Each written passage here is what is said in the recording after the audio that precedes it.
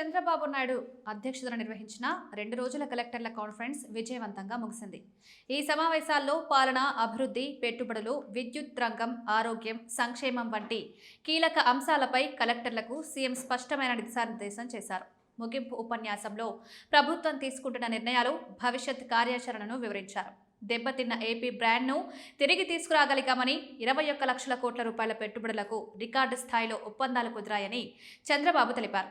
విద్యుత్ కొనుగోళ్లలో యూనిట్కు 1.2 రూపాయలు తగ్గించే లక్ష్యంతో పనిచేస్తున్నామన్నారు. పీపీపీ విధానంలో మెడికల్ కళాశాలల నిర్మాణంపై వస్తున్న విమర్శలను ఆయన ఖండించారు. పీపీపీ ద్వారా చేపట్టే ప్రాజెక్టులు ప్రభుత్వ ఆస్తులుగానే ఉంటాయని, నిబంధనలు మాత్రమే నిర్ణయిస్తుందని స్పష్టం చేశారు. ప్రైవేట్ వారు నిర్వాహకులుగా మాత్రమే ఉంటారని, సీట్లు పెరిగినా ఫీజులు పెరగవని చెప్పారు. 70% కేసుల్లో ఎన్టీఆర్ వైద్య సేవ కింద ఉచిత చికిత్స అందుతుందని తెలిపారు. రాజకీయ విమర్శలు సహజమేనని, కానీ బెదిరింపులు, రౌడీయిజాన్ని సహించబోమని హెచ్చరించారు. గత ప్రభుత్వ హయాంలో పీపీఏల రద్దుతో విద్యుత్ వ్యవస్థ నాశనమైందని, డిస్కంలపై భారీ అప్పులు పేరుకుపోయాయని విమర్శించారు. కూటమి ప్రభుత్వం అధికారంలోకి వచ్చిన తర్వాత 11,320 కోట్ల రూపాయల మేర భారం తగ్గించామని, విద్యుత్ ఛార్జీలు పెంచబోమని స్పష్టం చేశారు. రుణ నిర్వహణను సమర్థంగా చేపడుతున్నామని, అధిక వడ్డీ రుణాలను రీషెడ్యూల్ చేస్తున్నామన్నారు.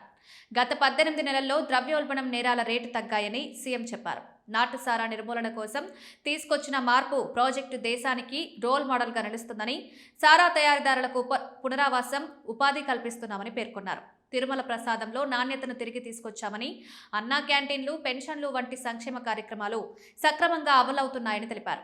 రాష్ట్రం 18 నెలల్లోనే రికవరీ దశకు చేరిందని, పునర్నిర్మాణం సాధ్యమవుతుందన్నారు. జిల్లాల్లో నేరాలపై కలెక్టర్లు, ఎస్పీలు కఠినంగా వ్యవహరించాలని ఆదేశించారు. వ్యక్తుల ప్రతిష్టను దిగజార్చే సోషల్ మీడియా పోస్టులపై చర్యలు తీసుకోవాలని సూచించారు. జనవరి 15 నుంచి అన్ని శాఖల ఫైల్స్, ప్రభుత్వ సేవలు పూర్తిగా ఆన్లైన్లోకి రావాలని ఆదేశించారు.